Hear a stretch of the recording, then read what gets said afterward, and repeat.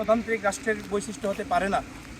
আমরা চাই অনতিবিলম্বে শহীদ রইসুদ্দিনের যারা হত্যাকাণ্ডের সাথে জড়িত, শহীদ রইসুদ্দিনকে যারা নির্মমভাবে হত্যা করেছে তাদেরকে গ্রেপ্তার করে তাদের যথাযথ তদন্তের মাধ্যমে আমরা চাই তাদের বিচার হোক।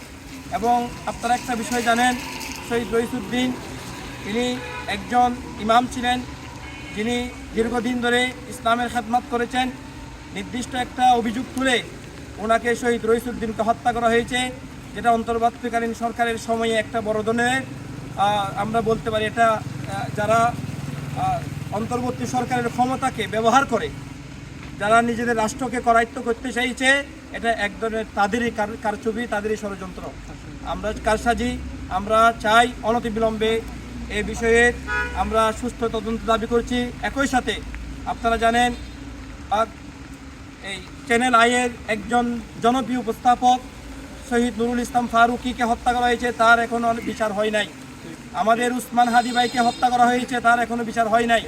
তাহলে যদি অন্তর্বর্তী সরকারের সময়ে যে হত্যাকাণ্ডগুলো হয়েছে, এর আগে যে বিচার বহির্ভূত হত্যাকাণ্ড হয়েছে, আমরা সেগুলো সুষ্ঠু তদন্তের জন্য, সুষ্ঠু বিচারের জন্য অহিংস শিক্ষা চট্টগ্রাম বিশ্ববিদ্যালয়ের পক্ষ থেকে আজকের এই মানববন্ধনের মাধ্যমে আমরা দাবি জানাই। একই সাথে আমাদের সাংবাদিক ভাইরা যারা উপস্থিত হয়েছেন, আপনাদেরকেও আমরা আন্তরিক মোবারকবাদ এবং শ্রদ্ধা জানাই। সেই সাথে এই চট্টগ্রাম বিশ্ববিদ্যালয়ের যে সকল শিক্ষার্থীরা রয়েছেন, যে সকল স্ট্যান্ডিং ছাত্র সংগঠনগুলো রয়েছেন, আমরা তাদেরকে আন্তরিক মোবারকবাদ জানাই। তাদের এখানে গুরুত্বপূর্ণ ব্যক্তিবর্গ আমাদের সাথে শরীক হয়েছেন, অংশগ্রহণ করেছেন। পরিশেষে আমি শহীদ রইসুদ্দিনের মাগফিরাত কামনা করে এবং ওনার রফিআত দারাজাত কামনা করে আমি আমার অগোছালো বক্তব্য শেষ করছি। আসসালামু আলাইকুম ওয়া রাহমাতুল্লাহি ওয়া বারাকাতুহু।